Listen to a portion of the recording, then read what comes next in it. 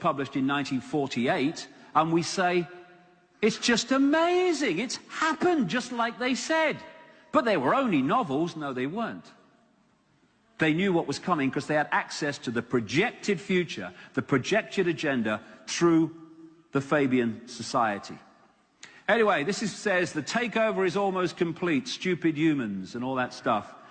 And that's what they think is happening. The game is over. No, it's bloody not. And after we've had a decent break this time of 45 minutes, I'll go into how this relates to our daily lives and the society we live in today. Thank you very much. Okay, I'm going to bring it down into this reality, the one that we experience in our everyday lives, and how what we talked about so far affects life here. This section is about manipulation of what I call five-sense reality, manipulation of our daily lives. And there are certain coordinates which, if we have them, we can read the world with much greater clarity than if we don't have them. And one of the coordinates is, how do they do it? How do a few people, in full knowledge a few people, control the lives or direct and influence the lives of billions? Just to quickly recap, the idea is to hold us in this frequency range of perception in a very low level of awareness, and we identify who we are with the physical body. To use these hybrid bloodlines to manipulate human society by controlling the banking system and the political system and all the rest of it. And through this structure, coming down into the movie, as I call it, what we see on the television news as what we call news and current affairs. And the idea is to structure society as a pyramid where the few at the top of the pyramid have the greater knowledge of reality and all that we talked about today passed on to them at the highest level of this secret society network, and the people are kept in ignorance of that knowledge. That is absolutely fundamental to the few controlling the many. And to keep the people in ignorance, to pull that knowledge out of circulation and to try to stop it coming into human society. The positions of power, which we think are there, like presidents, prime ministers, heads of the World Bank, NATO, are actually here, if even that. These people are put into power, apparent power, to administer into human society decisions made by this group of interbreeding families which are answerable to the control network and run the control network. And the world is basically structured as pyramids within pyramids, like Russian dolls, one doll inside a bigger doll inside a bigger doll. And so if you look at the various aspects of the world, you have a banking pyramid. An individual bank is a pyramid, but then that goes into a greater pyramid called the global banking system. And at the top of that are these families manipulating the banking system. The transnational corporations are pyramids in themselves, but they go into the network of transnational corporations, and at the top of that pyramid, the same people that control the banks control the transnational corporations. It's the same with the military, it's the same with politics. I'll come to that in a second. It's the same with the media, religion, intelligence agencies, the pharmaceutical cartel, organized crime and the hard illegal drug market globally. It's all controlled by these families, ultimately through this pyramid within pyramid system. And this is Neil Haig's symbolism of it. You've got the reptilian other dimensional control behind it, but it comes down through the various levels, and you're not very far down here before you're meeting the levels that don't know what happens here. It's very tightly knit, and it has to be, because if too many people find out about this, then the system's in trouble. And this is where humans are in the general society, in the box, and these are the administrators and dark suits, and that's the control system at the top. And we're all holding it together. When we decide not to, it's over for the control system. You can also, like I've said, symbolize it as the spider's web, the Rothschilds and the right close to the spider, controlling the secret societies, the European Union, the media, and all the rest of it. And through that, you can manipulate global society through apparently unconnected countries, people, organizations. And it's this network that spews out the world leaders. Not every single one, but vast numbers of them. Some of them, the few, are people who know what they represent. The vast majority are just put in there because they want power, or they have ambition and all the rest of it. They want political power and all the rest of it. And certain people with certain mentalities are put in there at a certain time when that mentality is what the control system wants. Good example, perfect example. It is absolutely no coincidence that in 1979 in Britain, Margaret Thatcher came to power as the first woman Prime Minister of Britain, and her natural economic instincts became known as Thatcherism. It was privatizing state assets and all the rest of it. 1 year later, in 1980, on the other side of the Atlantic, a man came to power called Ronald Reagan, theoretically to power, because the vice president was the real power, George Bush, Father George Bush. And what happened in that period in America? We had an economic ethos called Reaganomics that was a mirror of Thatcherism in Britain, and it transformed the economies, not just of those two nations, but in many ways the world. And the number of people who are doing it in full knowledge of what they represent is tiny compared with those that are just put in there to do a job and then out you go. So we've got this structure I mentioned earlier with the reptilian control system outside of this reality coming down through these various bloodline hybrids to control human society. And if you bring it down to the country level, and this will be virtually everywhere you'll find this. This is the American example. You've got a president who's a Republican, and then a president who is a Democrat. Now, it's well documented that the Bush administration was controlled by a group of people who became known as the neocons, or neoconservatives.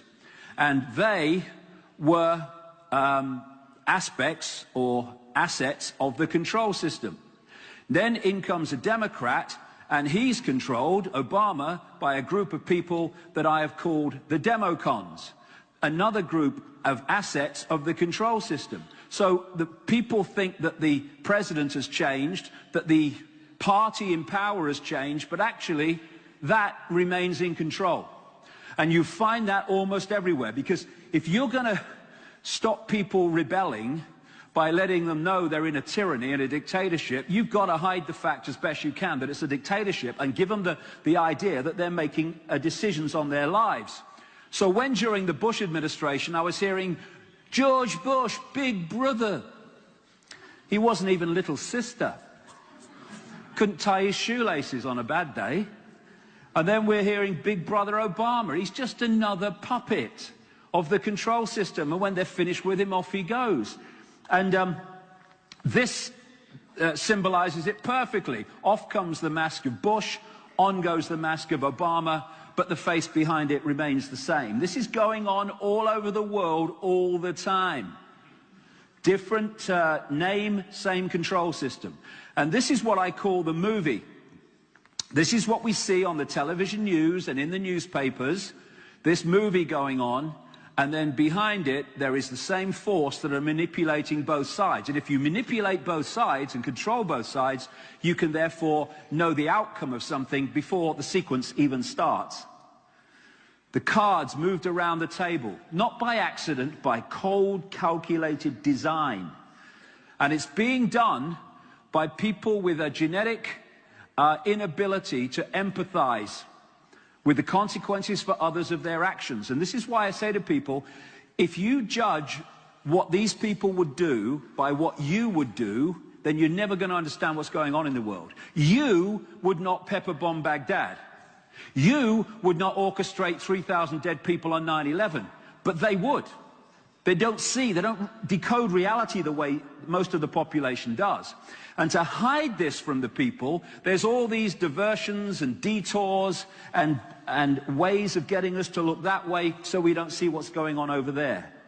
The control system demands, survives through the creation of puppet people. People who don't think, who just go through life like automatons and think that what they're told on the TV news or by politicians is in any way anywhere close to what's actually going on. And it's putting humans in this collective closed circuit that allows the control system to exist and prosper. Now, there's a simple equation. When you are the few, and my goodness, these people are the few, and you want to control the many, one thing you have to do, and that is centralized decision-making, centralized power.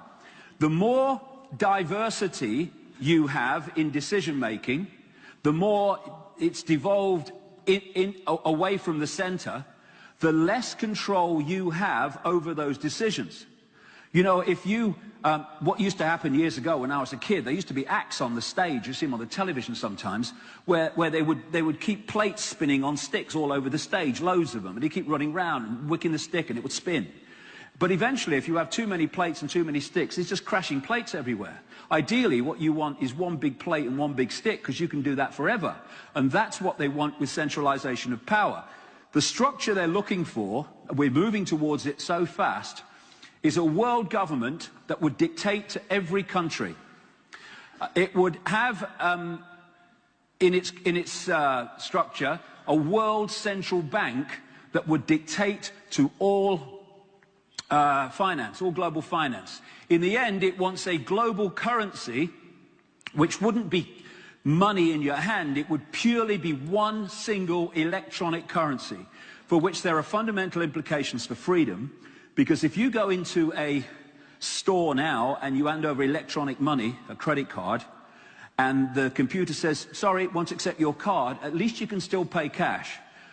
When there's no cash in circulation and it's going out of circulation at a phenomenal speed, then when that computer says no to your card, or your microchip as it's designed to be eventually, then you have no other means of purchase and the computer is deciding your life. And they also want a world army. This is what is happening with NATO and the European army. They're planning all this. It's taking the military out of sovereign states and creating supernatural national armies, because they're moving towards this world army. And a journalist said to me once, what would be the use of a world army? There'd be no one to fight. And I said, you're a journalist, aren't you? Of course, it's to impose upon the people and any countries or communities that don't want to accept the will of the world government, to impose that will through force with the world army. They want microchipped people, with children microchipped at birth as a matter of course, and I'll come to that as we go along. Under that structure, they want the European Union, that's well advanced, an American Union. Stepping stone to that is the North American Union, Mexico, the United States, and Canada. They want a Pacific Union, that's Australia and the Far East, and they want an African Union, which they've already got, of course, the African Union. And the European Union came out of the European Economic Community. The American Union is designed to come out of NAFTA, the North American Free Trade Agreement. Again, free trade. Good for jobs, and they don't tell you it's leading to political union. The Pacific Union is designed to come out of APEC and another economic grouping in that area, and the African Union is already there. And under that would come nation states and regions, and in terms of Europe, they want to break nation states up into regions. So nation states would end, and that's to de-unify in a unified response to this edifice of power. So, coordinate 2, methods of manipulation. Well, there's 2 that if we understand them, we start reading the world in a very different way. The first one I've been calling for years, problem, reaction, solution. This is devastating. Devastating in its effectiveness, and it's used upon us all the time. You want to change society or the world in a way that you know that if you announced openly, this is what I want to do, you would have a big anti-opposition reaction to it. So you don't announce it openly. At stage one, you create a problem. It could be a war, it could be a terrorist attack, which you've manipulated. It could be a crash, an economic crash, whatever. Whatever is necessary for you to then get a reaction from the public of fear and outrage or whatever, and do something, what are they going to do?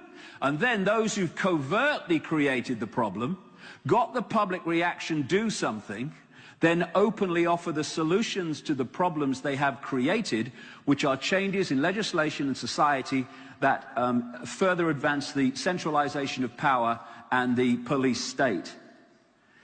It comes from a motto for the 33rd degree of Freemasonry, which says ordo ab chaos, order out of chaos. Create the chaos, get the reaction, offer the order out of the chaos, the new order, which is the new structure that you want. There is no better example of problem, reaction, solution than 9/11. You create the problem where you have these attacks in America.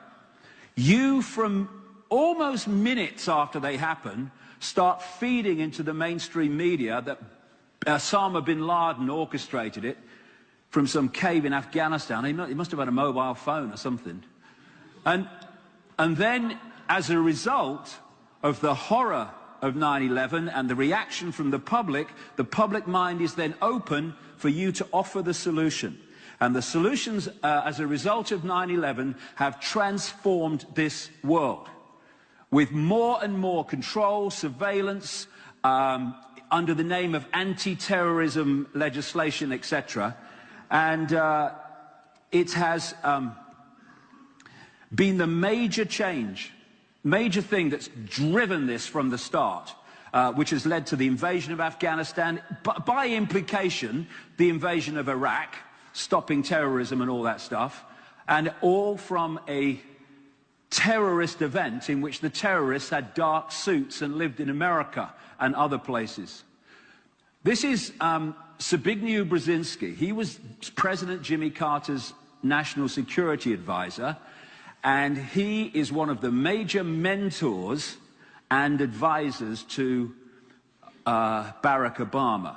He's been bringing Obama through since at least the 1980s. And this is what he wrote in 1997. What was it? 4 years before 9/11. Moreover, as America becomes an increasingly multicultural society, it may find it more difficult to fashion a consensus on foreign policy issues, except in the circumstance of a truly massive and widely perceived direct external threat. And in other writings, which I've documented in my books, this neocon group behind the Bush administration produced a document in September 2000 saying that America needed a new Pearl Harbor to justify the agenda of country acquisition and other things that this neocon wanted. 1 year later, after that document was published, they had their new Pearl Harbor, 9/11, and they knew it was coming. So this says jet fuel, that's a good one. The story of 9/11 is a joke. It's an insult to the intelligence, to anyone who has done a modicum of research. It just so happens that they were the only two towers of their kind that have ever collapsed because of fire. These are similar towers around the world that burned for much longer and did not collapse. Only two towers ever have. And it's kind of interesting, I saw this the other day, this is a small nuclear explosion and it turns things to dust and reacts in that way. It reminds me of something. The idea that those buildings fell because they hit by planes is ridiculous. I mean, we now have pilots against 9/11, talking about the ludicrous part of the story about the planes. We have engineers against 9/11, talking about the ludicrous story of the buildings collapsing. This says smells like bullshit, which is basically what the 9/11 story is.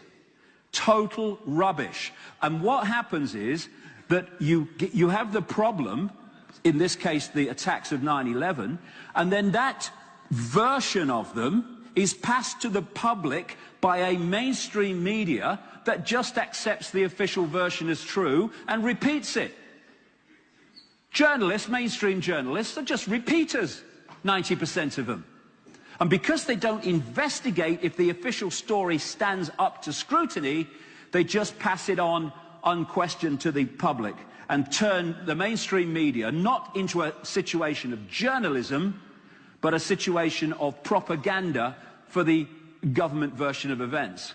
And so when through this system you control people like the terrorist groups which you've set up, like the Mujahideen in Afghanistan, which was a 100% American creation, you control the agencies that do these false flag events, you control the media that then report them, and you then use your agencies in government to impose legislation taking away freedoms as a result of these events that you yourself have created. Problem, reaction, solution. And then you frighten them to death. Oh, severe warning. Is it orange or is it red? Ah! And they don't find Osama bin Laden, because if they did, the truth would be out. He died in 2002, it seems, of kidney trouble. But they still produce these videos, and if people understand how sophisticated it is now, and you can make videos, you can make people say things, and you can make them say them in their own voice, language, and the tone and everything. The technology is there to completely make these fraudulent videos that you can see them in Hollywood movies where they get cats speaking, and you think, crikey, it looks like the cat's speaking. That's what they can do. This is the story of 9/11 coming from Adolf Hitler when he proposed the creation of the Gestapo in Nazi Germany. He said, "An evil exists that threatens every man, woman and child of this great nation. We must take steps to ensure our domestic security and protect our homeland. Let's create the Gestapo." And exactly the same principles have been used in the world since 9/11. The Second World War, like the First, was a global problem, reaction, solution. These bloodlines controlled Soviet communism and the so-called capitalist countries of Britain, America, etc. They also controlled the Nazi Party and helped to bring it to power. They then brought these into conflict in the Second World War. It was the second world conflict in a few decades, and at the end of it, people were physically, emotionally, and mentally exhausted. And when you study mind control projects, one of the things they do to the victims is before they're putting in the mind manipulation, they get them mentally, emotionally, and physically exhausted.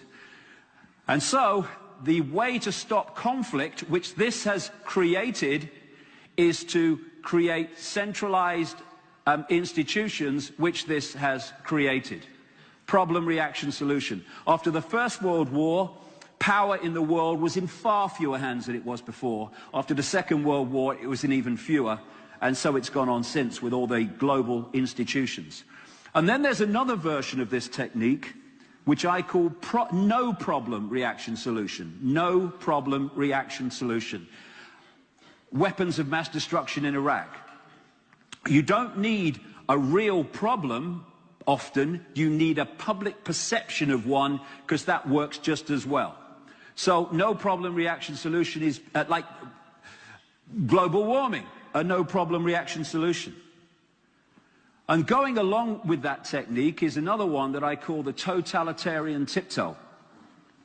This works like this. You're at A and you know you're taking the world to Z. But if you go in too big a leap, the change is so great that people look up from the game show and the soccer match and they say, what's going on?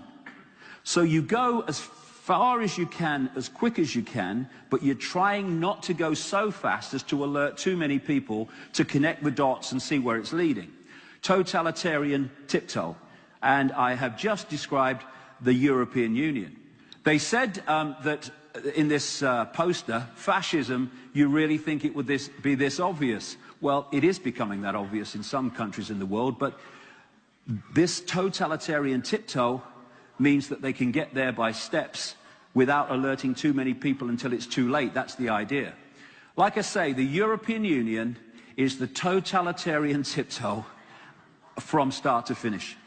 And let's have their own words.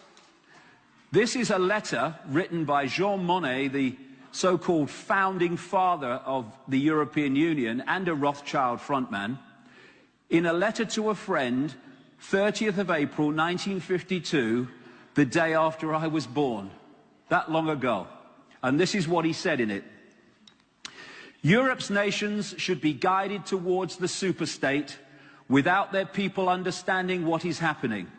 This can be accomplished by successive steps, each disguised as having an economic purpose, but will eventually and irreversibly lead to federation. That's what's been going on before our eyes all these years, and the Lisbon Treaty was one of the last steps to that irreversible federation. That's why they didn't have referendums on it all over Europe, because they knew that the people would turn it down. The European Union is you can call it communism or you can call it fascism. Certainly it fits the very symbol from which the word fascism comes, the fasci from the Roman Empire.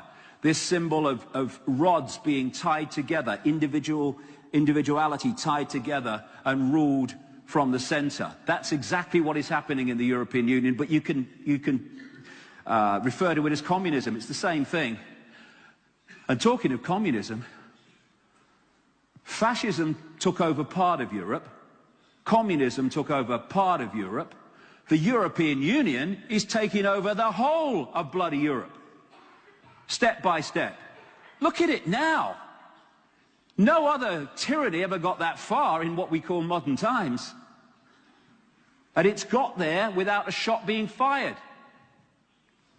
One of the things they had to do, and I wrote about this at the time, to bring there was a period where it suited the control system to have the division between East and West, where you had the Cold War, it was called, because lots of things were possible in the Cold War, like enormous military spending that wouldn't have been possible unless people were felt in a threatened situation. But then there came the time when they went to the next stage, which is where they had to start encompassing the countries of the Soviet Union into both NATO, the world army, and into the European Union. And there's no way they were going into NATO or the European Union while they were in the Warsaw Pact and the Soviet Union. So they brought in a man called Mikhail Gorbachev, who was an asset of the Rockefeller family in America, to be the smiling face that led to this change. Now, I don't think there's many people who are living in the countries of the former Soviet Union or controlled by the former communist bloc who aren't happier not in it. But the question is, again, what we're seeing here is this. I talked earlier about when the colonial powers withdrew from the Americas, the British Empire withdrew and all the rest of it, they went from a dictatorship you could see, touch and taste and would therefore at some point rebel against, into a dictatorship that appeared to be freedom because you have a vote every 4 or 5 years, but actually the same crowd were in power. For instance, in South Africa during apartheid, South Africa was controlled by a Rothschild subordinate family called the Oppenheimers. Under black majority rule, in fact it's not a democracy as South Africa, it's a one-party state called the ANC. But under black majority rule, who controls South Africa? The Oppenheimer family does, a subordinate of the Rothschild family. But the difference is, people rebelled against apartheid, quite rightly, but they're not rebelling in anything like the same way, although I think there's going to be a lot of trouble in South Africa soon, because they have a vote. This is what is now happening in the former countries of the Soviet bloc and Soviet-controlled countries. So to do that, they had to open up revolutions that appeared to be people's revolutions, but just changed from dictatorship you can see to a dictatorship you can't see. Eastern Bloc to European Union. And they called them names. So in the Czech Republic, they had the Velvet Revolution. And then we had the Orange Revolution in the Ukraine, the Rose Revolution in Georgia. And if you notice, after the last election in Iran, they tried to have a green revolution, but it wouldn't stick and didn't work. And behind most of these revolutions, if not all of them, is this man, George Soros, who again is an asset of the House of Rothschild. He's a billionaire American who has a network of trusts that actually are fronts for orchestrating things like these people's revolutions. And if you talk to journalists and stuff in places like Georgia, they'll openly tell you this guy was behind the revolution in Georgia. And Saakashvili, the man who was the symbol for the revolution in Georgia, ended up as president. And it's amazing how many of these revolutions, the people who kind of are there at the start end up in power. And this guy is funding them, and he has a network of organizations that school people in the art of civil disobedience. And the idea is to stimulate a kind of upset and a sense of grievance. And then, at a point where the authorities, like the army, could put an end to it, at that early point, they don't. And then it gets bigger and bigger and bigger. And eventually, there's an overthrow, and people say, okay, it's brilliant because it's now a free country. Now, it might be a nicer country to live in, but it ain't a free country because we're now changing from control of Europe by the Eastern Bloc and the Nazis at one point into control by the European Union. I mean, this is where the European Union is now. All this here, and they're picking off other ones all the time. And people are thinking, because it's a free, oh, we can vote for European politicians. Oh, yes, and they have no say in European policy. So you have the Czech Republic, occupied by the Habsburg family, one of these hybrid bloodlines, big time. And then you have occupied by the Nazis, occupied by the Soviet bloc, in effect, and now occupied by the European Union. The difference is the country chose to be occupied by the European Union, and that's how it works.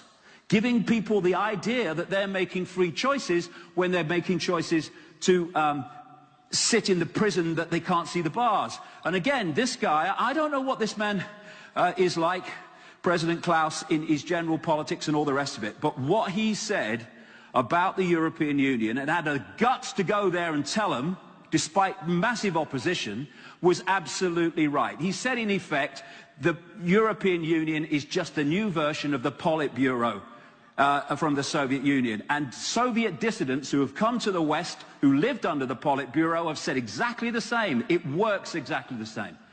And what the Lisbon Treaty has done, which of course he didn't want to sign, it's opened the floodgates for a bureaucratic tidal wave to engulf Europe. Globalization is simply the agenda I've been talking about for 20 years unfolding before our eyes. Again, if you want to centralize power, if you want to control people and you're the few, you have to centralize power. And the other thing that happens is the more you centralize power, the more power that you then have at the center to centralize even quicker. So it gets faster and faster. Globalization, where people protest about globalization and the effect it has on people, not least in the developing world, that is simply a name for this global agenda of centralized dictatorship unfolding. Free trade. It's not free trade at all. It's freedom to exploit. It's freedom to bring down tariff barriers so you can make your products here for a few cents on the dollar with starvation wages, if that, and then you can ship them across to the rich world and charge high prices without being penalized by big tariffs when you cross a border. And they brought in this thing called the World Trade Organization, again, a Rothschild-Rockefeller front, and it can now impose massive fines on any country that wants to protect its economy and its people from this merciless global system. And that's what it's there to do. The idea is to make every single area of the world dependent on other parts of the world outside of its control. And that means that anything that controls the system in its entirety is controlling every single country on the planet, therefore every person on the planet. Coordinate 3, the cement. There are certain groups and networks which hold this global control system together. Within the webs, there are certain groups that are very, very significant in holding the web together and enforcing the policy. One of these groups are secret societies. The Jesuits are massively involved, the Knights of Malta, the Freemasons, the Knights Templar, Opus Dei, and many others. And again, it's like a pyramid within pyramids within pyramids. These appear to be individual secret societies, but at the highest level they fuse into the same web, the same network. Again, they're masks on the same face. And secret societies, what we call Satanism, the ritual sacrifice and these blood-drinking rituals, etc., and child abuse, which is shocking in the world. People have no idea how many children go missing in the world every year because, understandably, they relate the number to how many missing children stories they see in the newspapers and on the news. A few years ago, back in the 90s, I was trying to help someone who was having their children stolen by the state, and I rang the federal government in America and asked how many children go missing in America every year. They couldn't tell me. Tell me how many cars went missing, not children. They said, you don't have to ring every state. By the time I got to 10, with the question, how many children went missing in your state last year, I was into hundreds of thousands. How many people know that?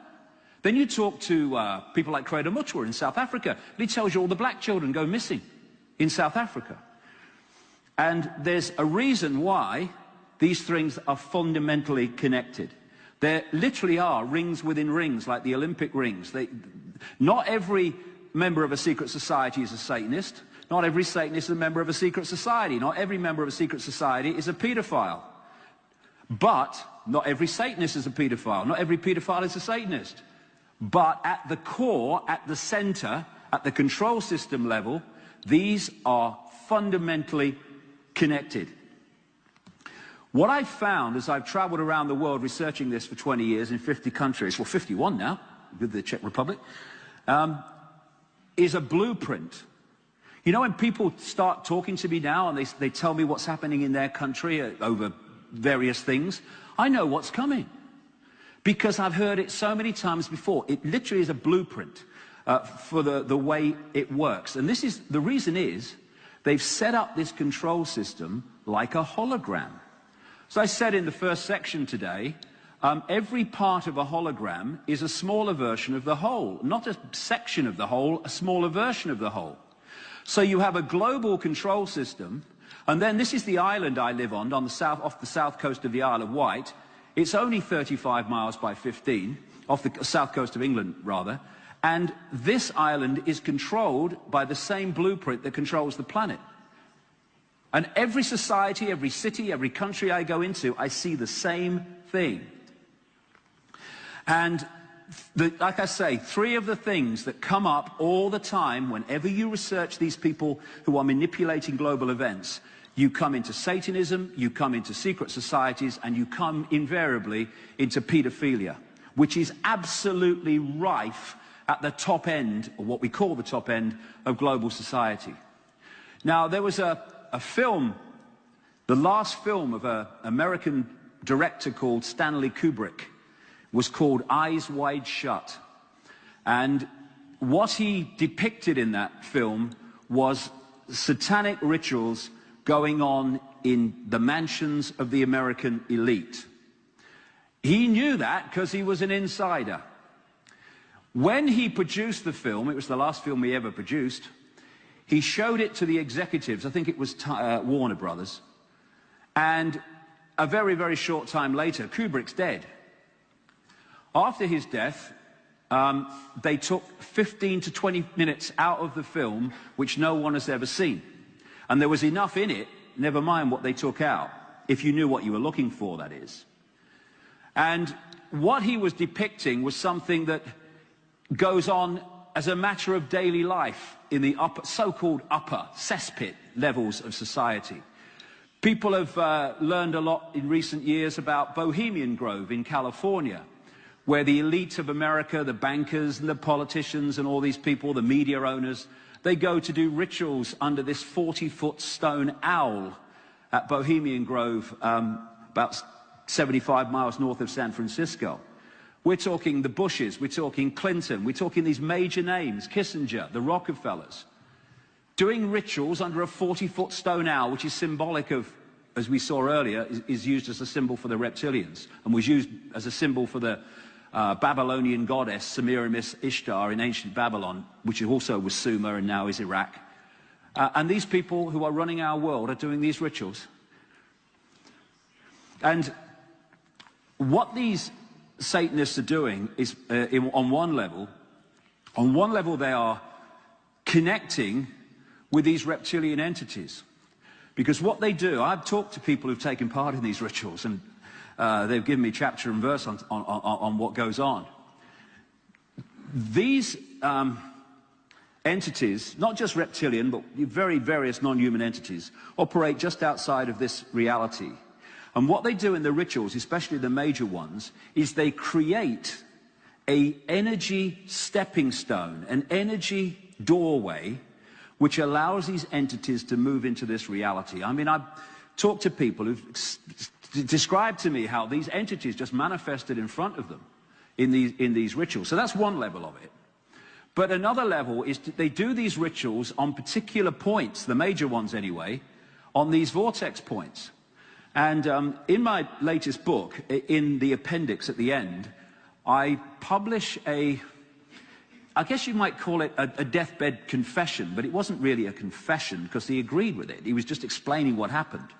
It was supposed to be from a very high Satanist from what was called the Alpha Lodge in Sydney, Australia, in which he was explaining how the satanic structure controls the world. And one of the things he was talking about was how they're manipulating the energy field of the planet, again, suppressing it, stopping the information through ritual. And this is part of what he said.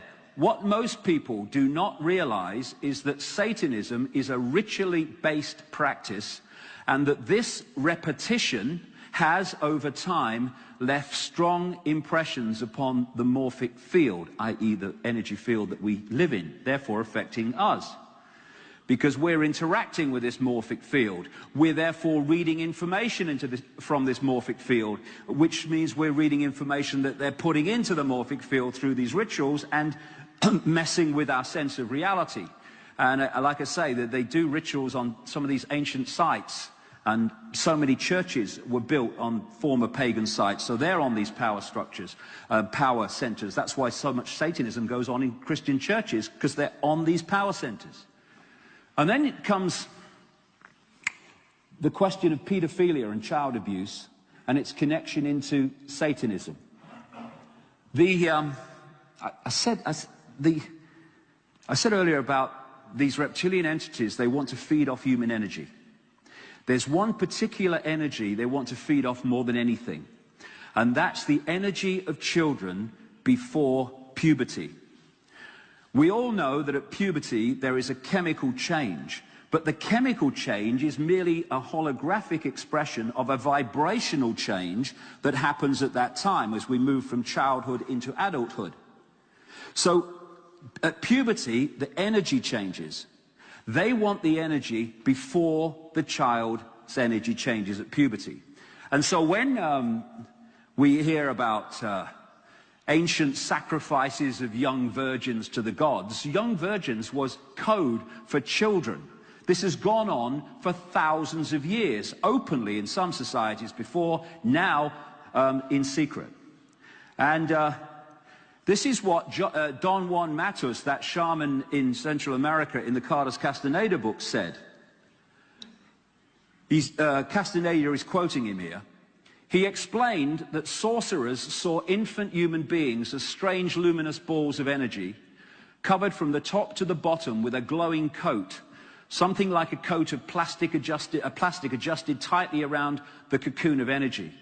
He said that that glowing coat of awareness was what the predators consumed, and that when a human reached adulthood, all that was left of that fringe awareness was a narrow fringe that went from the ground to the top of the toes. That fringe permitted mankind to keep on living, but only barely. This is the energy vampiring I'm talking about, and they want children more than anything else. And what's happening, and this is why these hybrid bloodlines, the ratio of pedophiles among them is so dramatically high compared with the general population, is because what's happening is when the vehicle, the human level, is having sex with a child, the possessing entity is drawing that energy off from the child and absorbing it. And it's, that's the reason, or one major reason, why there's this obsession with pedophilia. You can almost know that the vast majority of people in the upper echelons of society are into this sort of stuff, because they're possessed. And this is what that Satanist from Australia said in this confession or explanation of what goes on. Politicians are introduced by a carefully graded set of criteria and situations that enable them to accept that their victims will be our little secret. Young children sexually molested and physically abused by politicians worldwide are quickly used as sacrifices. In Australia, the bodies are hardly ever discovered, for Australia is still a wilderness. And this is the reason, or a major reason, why vast, staggering numbers of children we never hear about go missing every year. Now, sometimes here and there, the cover will be blown, and we'll see just a little sample of what goes on in the cesspit.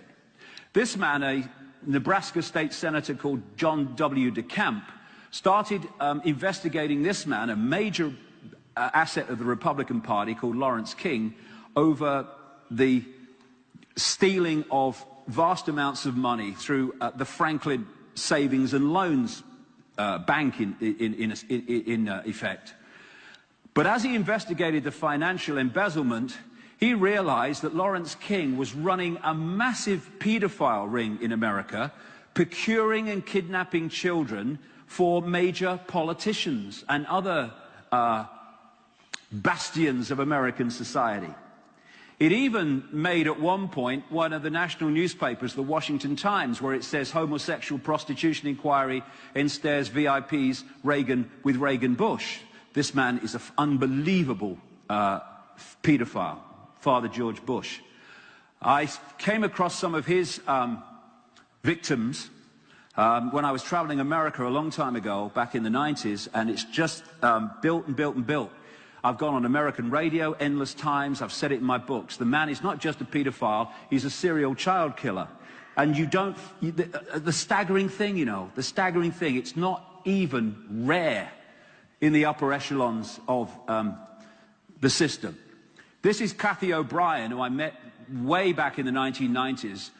She was in the American government mind control project known as MK Ultra, and an offshoot of that called the Monarch Project.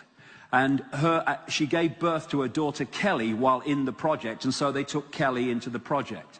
This is what she writes in a book exposing Bush called Transformation of America, Transformation of America, Mind Control.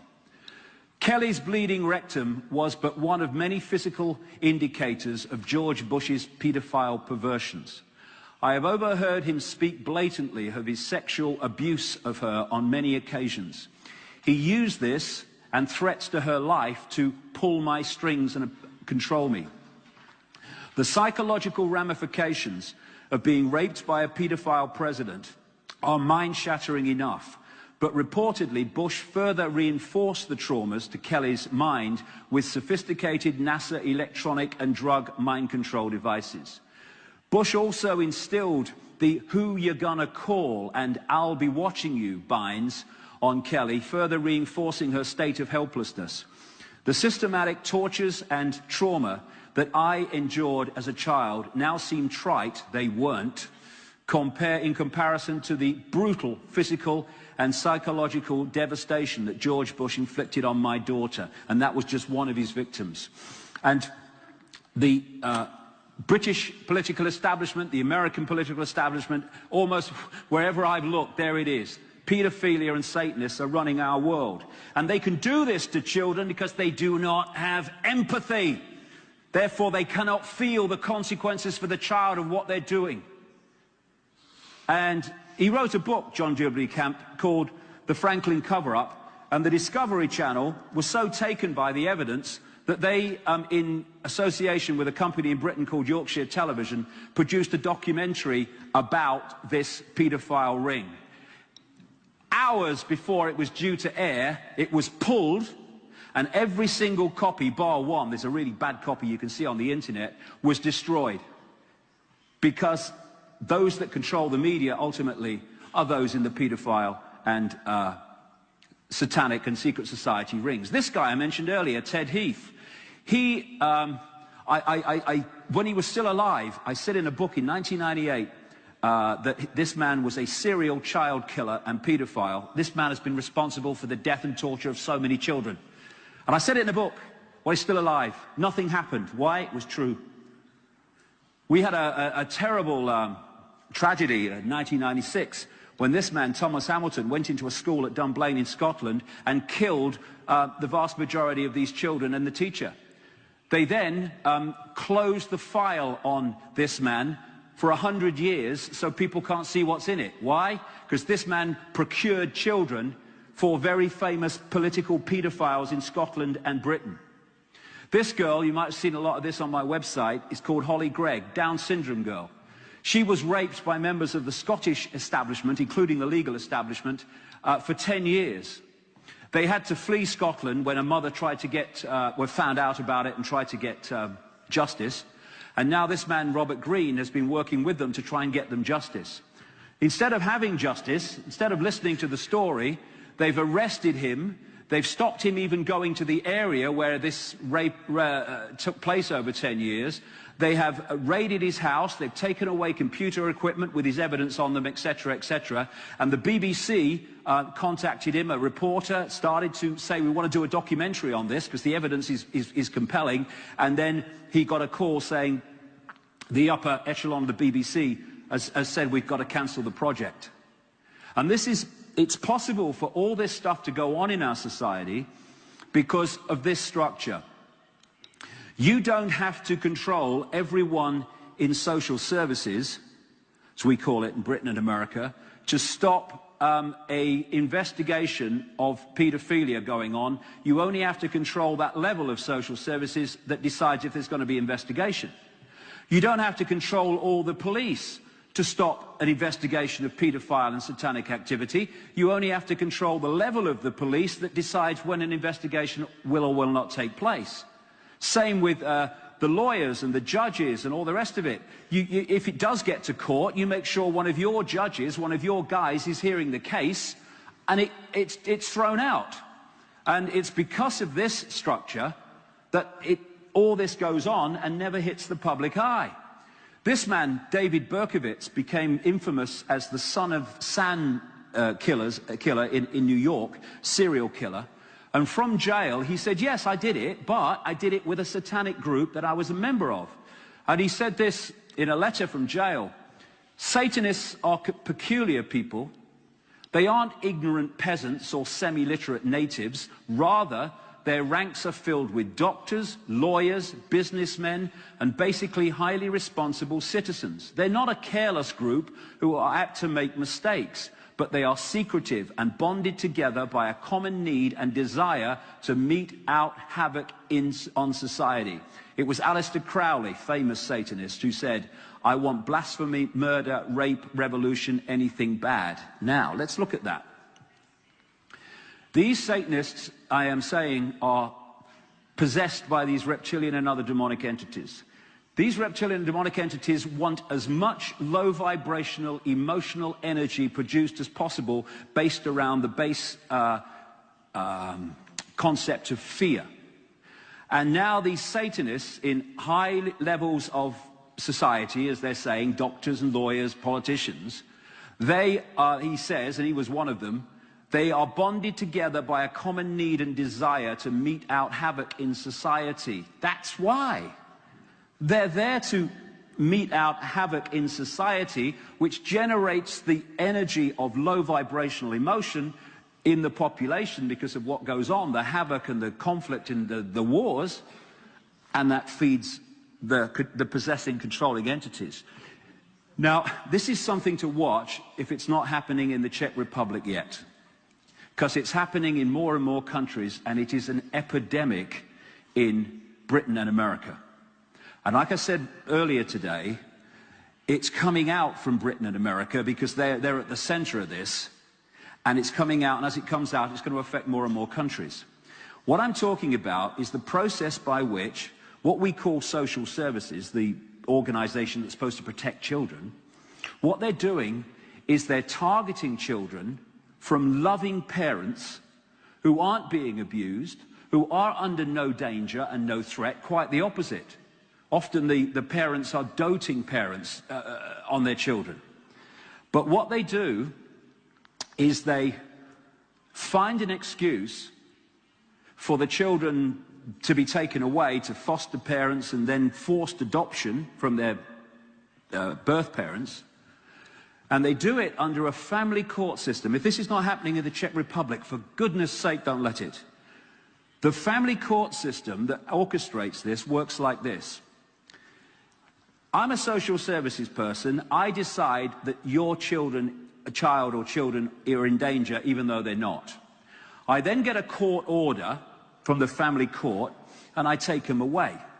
When I take your children away, I tell you, and this is the law, that if you tell anyone about it, or you go to the media and tell your story, you can go to jail for 3 months, and by the way, if you do that, you'll never get your children back. The journalists are subject to these family court laws, which says they cannot report these cases. And so, in secret, children are being taken from loving parents and put into other families of social services choice without anyone ever hearing a word of it. And it's phenomenal, the scale of what's happening. I was talking in Trafalgar Square in London a few weeks ago and met all these people from all over Britain who'd had this done to them. This MP, Member of Parliament in Britain, has said that his local council is kidnapping children. And the story after story, but they can't tell the full story because there's details they can't tell because of the law. And what's happening is a stepping stone, totalitarian tiptoe, which Aldous Huxley talked about in his book Brave New World, published in 1932. A society in which the state had total control of children, and parents were irrelevant. They were just part of history because they were going to bring children up through the state in what he calls in his book, state hatcheries. And this is what this stepping stone is towards, that society. And like I say, if it's not happening here yet, that's the idea. Coordinate 2, cement 2. This could be controversial. I think it might be. You know what? I don't care. It's about time the bloody truth was told. Zionism is racism. Now, what people don't realize is that what we call Zionism is not Jewish people. That's the trick. Zionism is on its play-out level, a political philosophy, and on its inner core level, a secret society created from the start and controlled to this day by the House of Rothschild. And that's why in my books and on my website, I always call it Rothschild Zionism, so to keep underpinning the real force behind it. The Rothschilds have been responsible for some of the greatest horrors been inflicted on Jewish people in the last few hundred years. And that is not about Jewish people and their benefit. It's about their agenda. As this lady says, anti-Zionism is not anti-Semitism. But the idea is to put the two together in the public mind, so when you challenge the Rothschilds, you must be a racist. As I said earlier, racism is ridiculous. It's a nonsense. As Joe Biden, the deputy president of America, said, it's about the only thing he's ever said I agree with, you don't have to be Jewish to be a Zionist. You don't. And how many people know this around the world? That there are a large number of Jewish people who not only don't support Zionism, they vigorously and constantly oppose it. How many people know that? You don't read that in the newspaper. This says Judaism rejects Zionism. Zionism and Judaism are diametrically opposed. Zionism is the cause of Middle East bloodshed. Stop the Holocaust in Gaza. These are Jewish people. Actually, fundamentalist Jewish people in terms of their religion. Zionism is state-organized terror. Zionism is the cause of Middle East bloodshed. Yes, it is. It's meant to be, because the Rothschilds are behind it. End of Zionism equals peace. I am Jewish and I want Israel to stop killing Palestinians. How many times do you see this in the news? You don't. We condemn any Zionist aggression against Iran. Another Jew against Zionism. It's not about a people, it's about a secret society controlled by the Rothschilds that use the Jewish people as a front to hide behind. State of Israel, the greatest oppressor of religious Jews globally. This is from Jewish people. Zionism causes global anti-Semitism. Yes, it does. Zionism spokesmen do not represent world Jewry. How many people realize this is going on behind the scenes? These are Jewish people and Jewish groups who've come to meet Ahmadinejad, who's supposed to be the big Satan for Israel. How many people realize that this is going on? Because all we hear is the Rothschild Zionist version of the whole thing, and people believe that, and they think that all Jewish people are for Zionism, all Jewish people are against Iran. No! Rothschild Zionism. The Rothschilds built and paid for the Jewish parliament, the Israeli parliament rather, the Knesset. They built and paid for the Israeli Supreme Court building with all its Illuminati symbolism all over it. They orchestrated the takeover of Palestine. They orchestrated the movement of Jewish people out of Europe, many of which didn't want to go, by the way. And they have controlled that country ever since, because they want to create constant conflict in that part of the world, and that's why they did it. And behind the genocide in Gaza, and that's what it is the House of Rothschild. Is the agenda again. And it is genocide. This is the dictionary definition of genocide. The systematic and widespread extermination or attempted extermination of an entire national, racial, religious or ethnic group. That is what's going on in Israel. These are the figures. The orange ones are children in the last major conflict in Gaza. This is the face of Zionism. This is a cartoon that tells a stunning truth. Tell me what you see. Combat boots. What's happening to the Palestinians is genocide. They're having peace talks in America, and at the same time they're doing that, bulldozers are knocking down Palestinian homes, and the people are being homeless and living in the streets. They're building this wall, so-called security fence, and in doing so, stealing very significant tracts of Palestinian land behind the wall. There you go. This is a Palestinian children's playground. Hey, there you go. We've got to build a wall. Off you go. This is Palestinian land in green in 1948. This is Palestinian land in 2000. We're now in 2010. It's less now. It's apartheid. It's apartheid like in South Africa. But not just apartheid between Israelis and Palestinians, but apartheid between Israelis.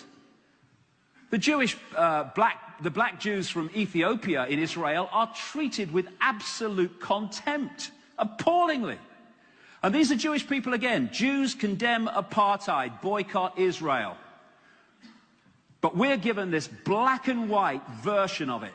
And what does Israel do?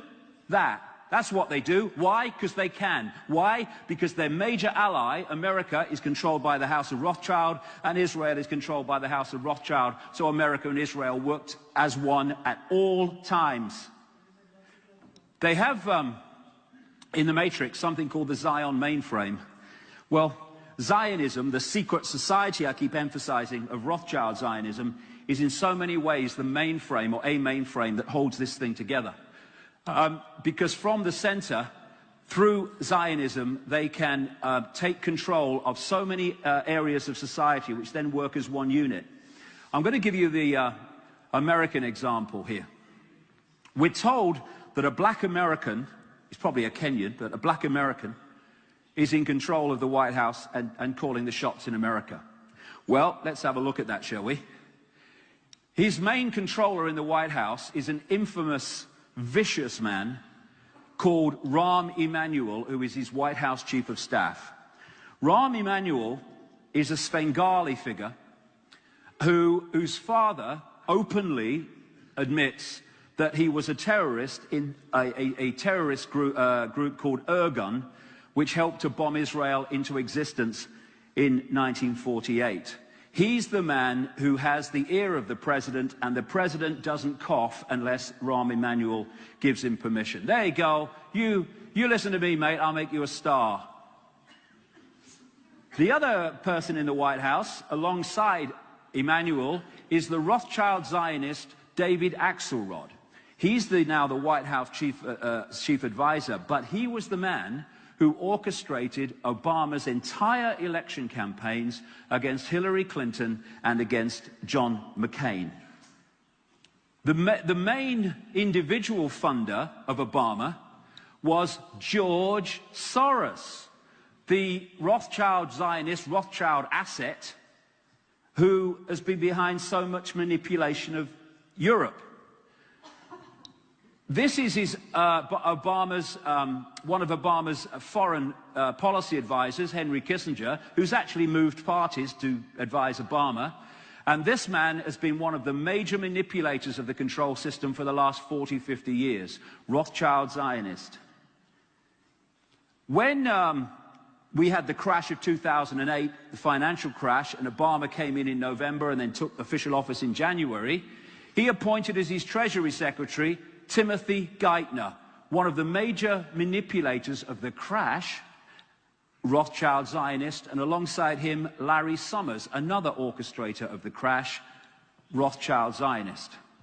You have the budget director controlling the whole budget of the Obama administration up until about July, Peter Orszag, Rothschild Zionist. When he went in July. He's been proposed to be taken over, his job taken over as head of the budget by this guy, Jacob Lew, Rothschild Zionist, who's been an undersecretary to Clinton in the State Department, alongside this man, James Steinberg, Rothschild Zionist. Now, as I go along here, the percentage of the population that is Jewish in America is 1.7%, and a significant number of them will not be Zionists. Imagine if what I was saying now, as I went through these people, Hispanic, Black American, Chinese, people will be going, you can't have that many. But because of this, nothing's ever said, because people are terrified of it.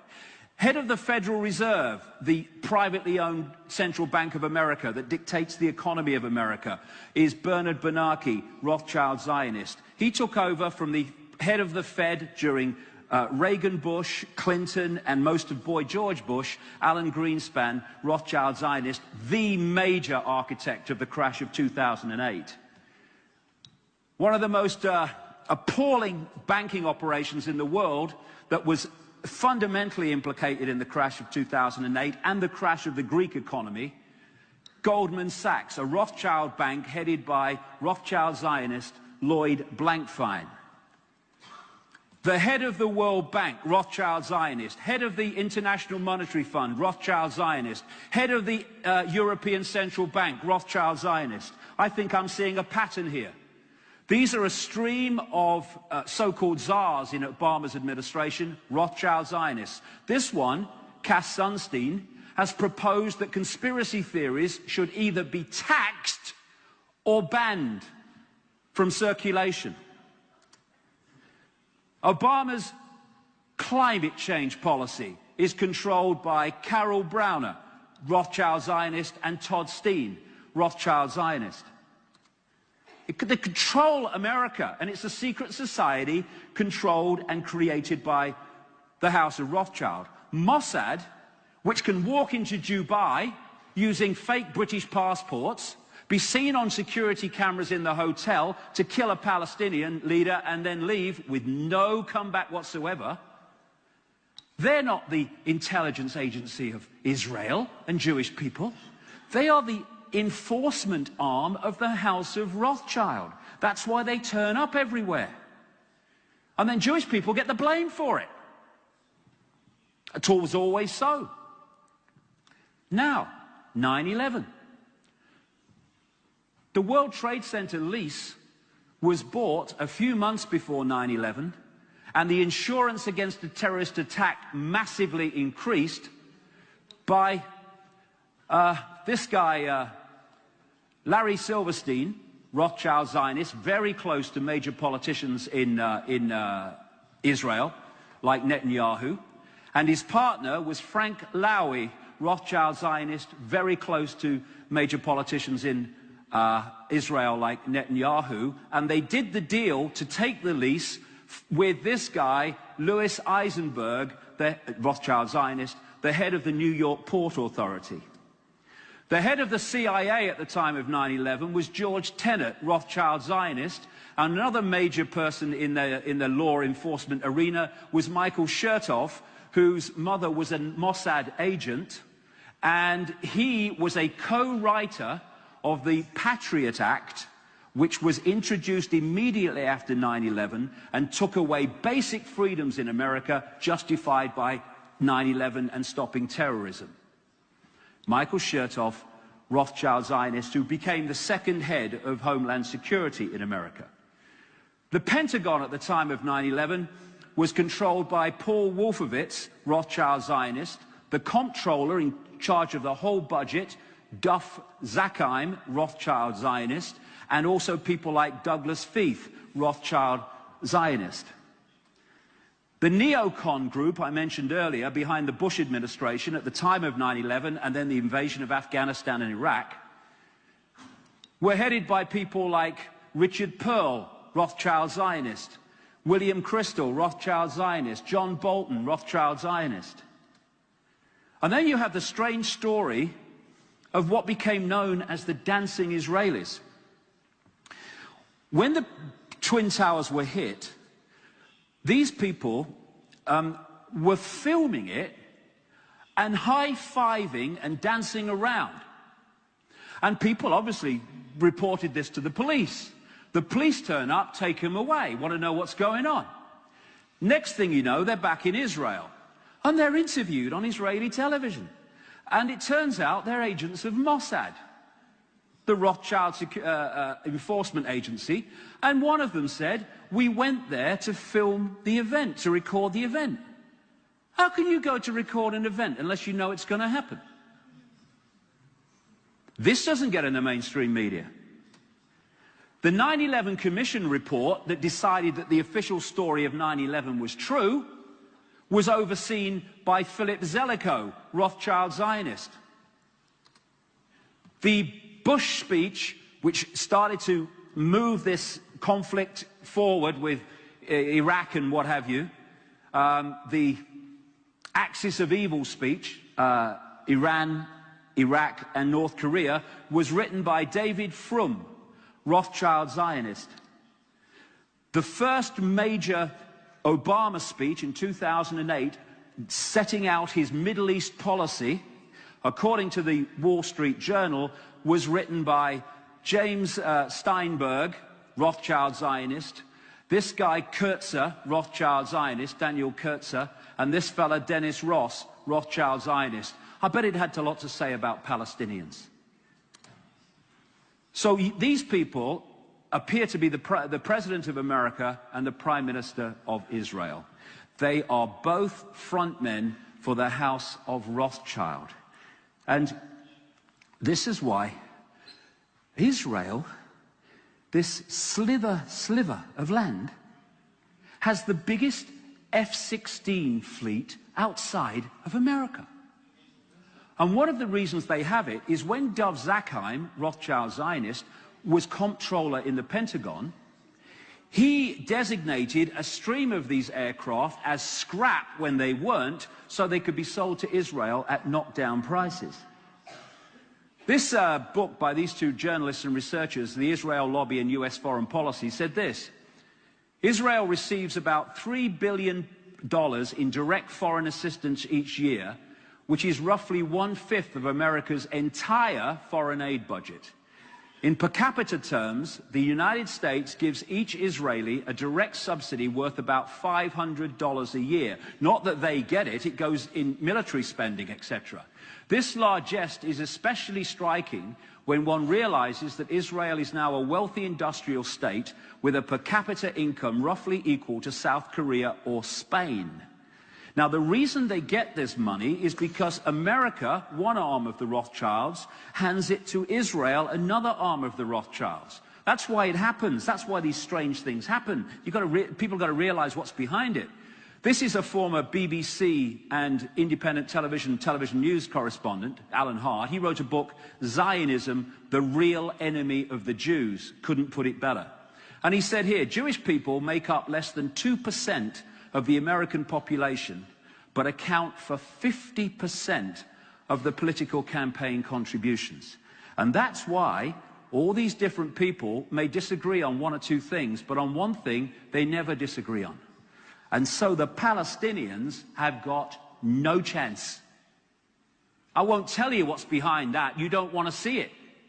And why this is going on, this guy and his predecessor stay quiet. When there's terrorism somewhere else, they can't wait to find a microphone, these people. But Israel, no. This is a fantastic Jewish guy called Mordecai Vanunu, who had the audacity to reveal from his insider knowledge to a British newspaper that Israel had a major nuclear weapons capability. Because the idea was, you don't talk about it. Do you know, this is true story, this is true. The official American policy with Israel over nuclear weapons capability of Israel is, we won't ask, you don't say. That's the official policy. And therefore, everyone knows it, but no one says it in the American administration. As a result of revealing this Israeli capability, which I think is a good idea, we should know about it, he was kidnapped by Mossad, I think it was in Italy, brought back to Israel and spent 18 years in jail. 18 years. And he's still subject to massive restrictions. And why that was going on? Not a frickin' peep from him or his predecessors. If that was Iran, they'd be calling for sanctions and invasion. This lady, Kay Griggs, was the wife of a colonel in the United States Marine Corps, and as a result of that, she was shown around the US State Department, she was shown around the Israeli offices, and then she was shown around the Palestinian offices, and the Palestinian offices in there were peopled by Israelis. This is the major manipulator of America in terms of Rothschild Zionism. It's called the America-Israel Public Affairs Committee, which sounds very official. It's a lobby group, and they control him, and if any politician goes against Israel, they move in on them.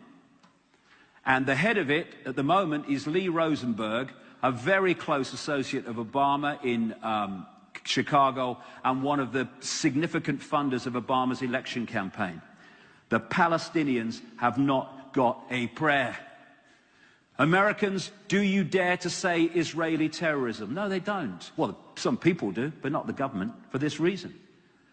And then again, and I emphasize, I'm not talking about Jewish people here, I'm talking about Zionists, Rothschild Zionists, members of this secret society. This is the Los Angeles Times columnist, a Rothschild Zionist called Joel Steen, who wrote an article saying that Americans who don't think Jews, Rothschild Zionists I would say, control Hollywood are just plain dumb. I had to scour the trades to come up with 6 Gentiles in high positions, he wrote, at entertainment companies. But lo and behold, even one of that 6, AMC President Charles Collier, turned out to be a Jew. As a proud Jew, the writer said, I want America to know of our accomplishment. Yes, we control Hollywood. And how much of the global psyche is manipulated and programmed through Hollywood movies. This is Shahar Ilan, a daily features editor on the leading Israeli daily newspaper. He wrote, the Jews do not control, the Jews do control the American media. This is very clear, and claiming otherwise is an insult to common knowledge. And when he's saying Jews, I'm saying Rothschild Zionists. Behind it all, as the House of Rothschild and their connections who are going into all these different areas of society that appear to be unconnected, but they are the cement. Rothschild Zionism is the cement. And, of course, programming the mind, control the media, you program perception. Over here, elephant in the living room, but people are terrified of saying it because they're terrified of being called racist and anti-Semite. Well, sod that. I'm interested in the truth, not a popularity contest. Thank you very much. It's same in Britain. Same in Britain. They have a group called the Friends of Israel that are in all the major parties and work as one unit to make sure that policy towards Israel is to Israel's benefit. Our present Prime Minister, David Cameron, Rothschild Zionist. This very day, they're electing the leader of the opposition party called the Labour Party, the party I mentioned earlier in relation to the Fabian Society, and it's between 2 people, 2 brothers, both Rothschild Zionists. The guy who's infamous for manipulating British politics is a guy called Peter Mandelson, Rothschild Zionist, who actually flaunts his connections to the House of Rothschild. He goes on holiday with them at their mansion in Corfu. And this guy was a 100% owned asset, and still is, of Rothschild Zionism and the House of Rothschild, and that's why he and George Bush moved as one unit in invading Afghanistan and Iraq. And what they do, and again this is the House of Rothschild, they have created groups like B'nai B'rith, Sons of the Covenant, and an offshoot of that called the Anti-Defamation League, with this guy Abe Foxman at its head. And its job is specifically to target anyone who's saying the things that I'm saying, or criticizing Israel and their role in the Palestinians, and targeting them as anti-Semites and racists, and try to stop their public meetings and all the rest of it. Particularly in Canada, I've had a lot of trouble with that myself. And what they do is they equate criticizing Israel's treatment of the Palestinians with being anti-Semitic. Israel's crimes against the Palestinians, anti-Semitism. And I've had this over the years, but that says, amazingly enough, I don't give a shit, and I don't. It's about time the truth was told. This is another amazing Jewish man called Norman Finkelstein, whose parents suffered in the concentration camps of Germany, and he's come out and criticized Israel and its treatment of the Palestinians and its treatment of the Jewish people, and he has had his academic career destroyed for doing that. And what he's called, because they can't call him anti-Semitic because he's a Jew, they call him a self-hater. Anything except he might be saying something that's true. And again, I don't know if this is happening yet in the Czech Republic, you'll know better than me, but around the world now we're seeing what they call hate laws coming in, where truth is no defense. If what you're saying is true, it doesn't really matter as long as you might upset somebody, to stop people talking about this. And they've just introduced a bill in America. And these groups, these Rothschild Zionist groups, are suffocating and controlling. And one of their targets now is the internet, because the internet has been a wonderful way of getting out information that normally wouldn't get out there, and they're starting to get very, very worried about it. And in America, a Rothschild Zionist called Jay Rockefeller is trying to get the internet censored. And in Britain, until the last election in May, it was the Rothschild Zionist Peter Mandelstam in Britain trying to get the internet censored. And in America, they're trying with Rahm Emanuel and all these people to get the ability to switch off the internet whenever they want, under the guise of national security or terrorism. And we need to open our eyes to this and stop falling for the idea that Zionism is about Jewish people. They have used Jewish people mercilessly, not least in Germany, for their own ends. So now we're on this home straight to tyranny, as they want. And this is the guy they've chosen to be the front man for it, for most of the world, not least in America. He reads his speeches off these prompter boards, speeches written and overseen by David Axelrod, Rothschild Zionist. And I don't know if you've ever been, that says teleprompter, without it you're a stuttering idiot. I don't know if you've ever been on YouTube and seen examples of Obama when the teleprompter falls down, stops working. He doesn't know where his next word's coming from. And people have perceived Obama as an intelligent man. This says delusion, assuming a level of knowledge that isn't there. Because what they're doing is they're comparing Obama with Bush. And, you know, as the saying goes, slow horses look fast when they're running past trees. He's not intelligent at all. He's an actor. And what we have is a secret agenda to introduce this police state and centralized control. And this is the movie designed to bring the secret agenda into being through legislation and change in society without people realizing that that exists. That's why the mainstream media is a movie. I call journalists movie correspondents. That's what they are, mostly. And so when you have this situation with Obama, it's like the Pied Piper. Change, change. The election of Obama was a massive mind control operation. This says Tony Blair. He's the black Tony Blair. He's the white Obama. Will you lie first, Tony, or shall I? Oh, after you, Barack. These people lie by reflex action. It's part of their daily life. And while Obama was claimed to be the people's man, his major funder was Goldman Sachs and a stream of Wall Street names. They're going to vote for someone who's going to be for the people. This is why Obama has been connected to so many rogues and people like this guy, Tony Resco, ended up in jail for fraud. He was responsible for so much of Obama's political career. And Obama's two close manipulators and controllers also are Soros and this guy, Zbigniew Brzezinski, the national security advisor to Jimmy Carter. Brzezinski, like I said earlier, has been mentoring and bringing him through since at least the 1980s to become president at this time, all orchestrated.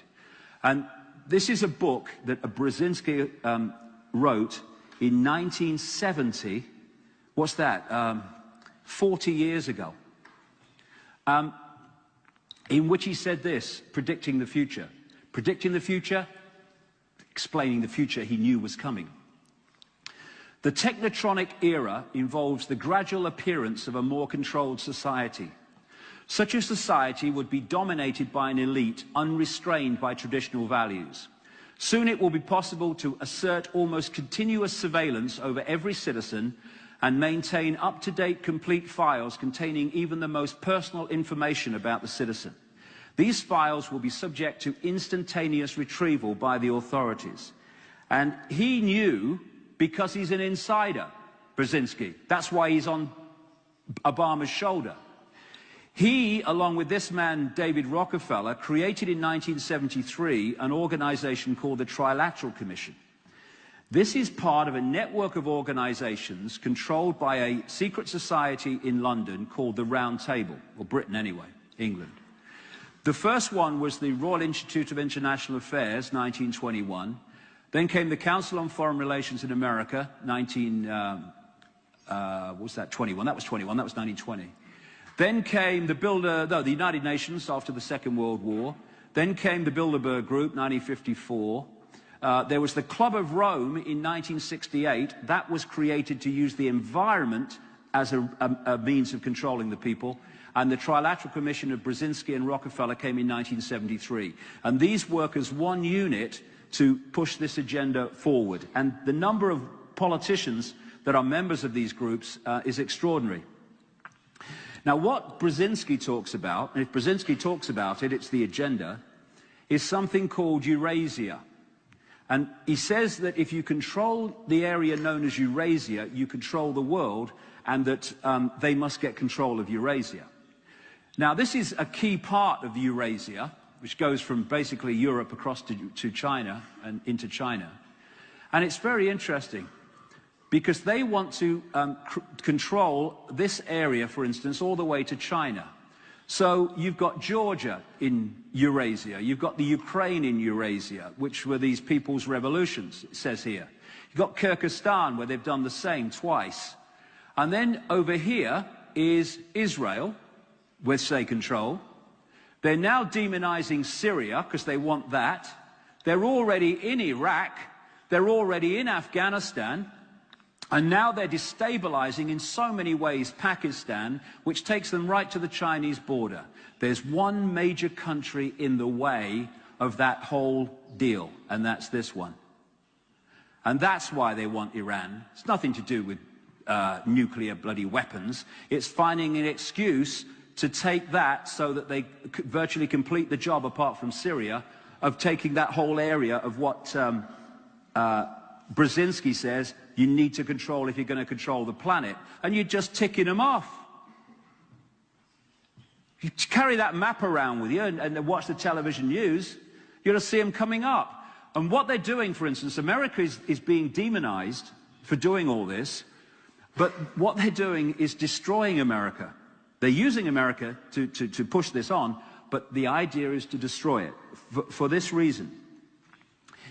If you want a world government with total control of the planet, you cannot have superpowers who have the economic and military might to say no to you.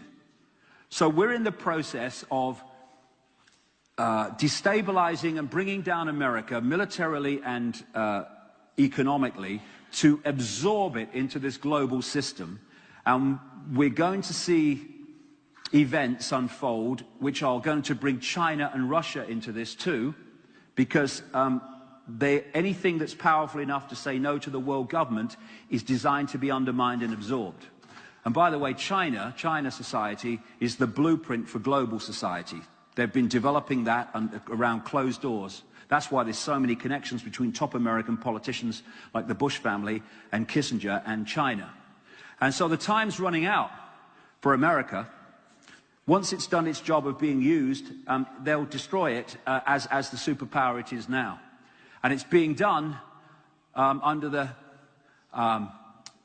if you like, the puppet period of Obama, who's really just a puppet, just a puppet. And he's there to smile and sell tyranny and control with a smiling face. But that's what's behind it. You could put communism there too. Just the face to hide the real face that's going on. That's why nothing's changed. Do you remember Guantanamo Bay was going to be closed? Maybe he forgot. He's got a lot on his mind. Nothing's changed since one replaced the other. Nothing's changed. It's got worse in Afghanistan. This says they think he cares about them. What we're looking at is presidential problem, reaction, solution. And they played the American people like a violin. Adolf Hitler said, the great masses of the people will more easily fall victims to a big lie than a small one. What they did with Bush, the Bush period, was they created lots of problems, not least the economic crash right at the end in September 2008, and also the invasions of Afghanistan and Iraq. And so by the time we got to the next election with this guy, people are sick of it. It's like, do something. And so he was sold as the solution to the problem. And all he did for nearly a year was say trigger words, meaningless words like change, hope, and something to believe in. The idea was that he never ever, and he didn't, specify what he meant by that in detail. Because the idea was it was a mass mind control operation. You have to watch this in elections because it goes on in all countries. They just did a major job in America this time. The idea was for him to become an empty screen on which the population projected what they believed was change, hope, and something to believe in. He became all things to all people. That was the idea. Don't be specific until you get in. As Adolf Hitler said, make the lie big, make it simple, keep saying it, and eventually they will believe it. Obama, make the lie big, make it simple, keep saying it, and eventually they will believe it. Politics worldwide is getting like this now. Just trite phrases that mean nothing. I love you, you love me, I will get you stuff for free. Oh, thank you, we can believe in that. I found this, I think, sums up Obama. The wolf found that shepherd's clothing worked even better. And so we have a man of President Peace whose first act in office was to authorize the bombing of Pakistan and has vastly increased the military operation in Afghanistan, says he's pulled out of Iraq, just changed the name, 50,000 troops still there. Not a word from him about the horrors in Iraq and Afghanistan of spent nuclear fuel or spent nuclear material in the bombs and weapons that they've dropped on Iraq, which is having horrendous birth effects and other effects. The man is a complete fraud, and fortunately, his honeymoon period has not been anything like as long as it promised to be. He's just another puppet of the system, and he's just there to push it on while appearing to be different. The Obama rule, ignore the words and watch the actions. And when you watch the actions, woo. Just to show you nothing's changed, by the way, this is Bush, and here's Obama. You know, they say if you want to know what's going on, follow the money. I think you follow the Bono. I think you follow the Bono. Look at him. He's everywhere. All these people involved, Bono's shaking hands with them. I don't know. So anyway, we've been moving around down this timeline of the control, and they're coming into the point where they want to introduce what they've been working towards, this structure. And that's what's unfolding now. And to underpin this control system, they're bringing in this Orwellian global state, this police state. And this is not for the masses, because the masses are no problem unless they wake up and see what's going on. This control system is for those who have woken up and are waking up to see what they couldn't see before and realize what's going on. In Britain, you on an average day, walking through a town or city, will be seen by 300 and growing security cameras. They've now got satellite technology and other technology which can take your number plate and put it through a computer and get everything there is to know about you as you go along the road. The satellite system is much further advanced than we're given allowed to know. They're bringing in these systems of all-body scanners. Some people say it would be terrible, you know, people will see my naked body. What I say is, if people see my naked body, it serves them right. That's what I say. But the radiation they give off is something different. And if you are involved in paedophile rings, what better than this system? Here's another one, Kissinger. We're seeing again, I've not been in the Czech Republic long enough to comment on this. I'm talking about what I'm seeing in country after country, including my own in America, where the police are becoming more and more militarized. They're becoming an arm of the military. This is happening everywhere that I go. And we're giving policemen in places like America and other European countries and Britain these tasers, which give off 55,000 volts and have killed many people around the world, not least people with heart conditions and stuff.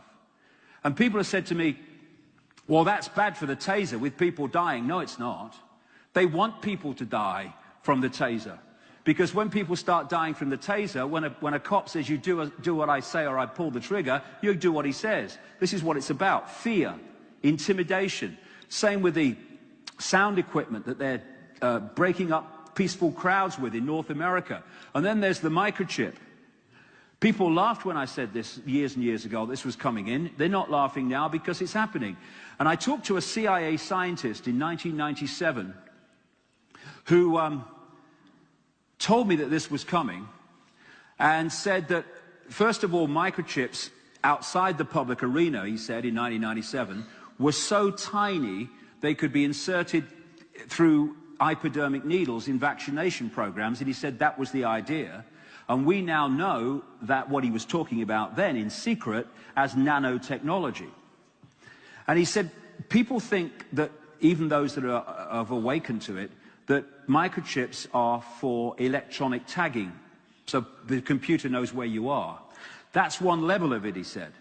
The real level is not that which goes from the chip to the computer, but what comes from the computer to the chip. He told me in 1997 that once people are chipped, they can be mentally, emotionally, and physically manipulated from a distance by information going from the chip. Because the chip is in what? It's in a biological computer.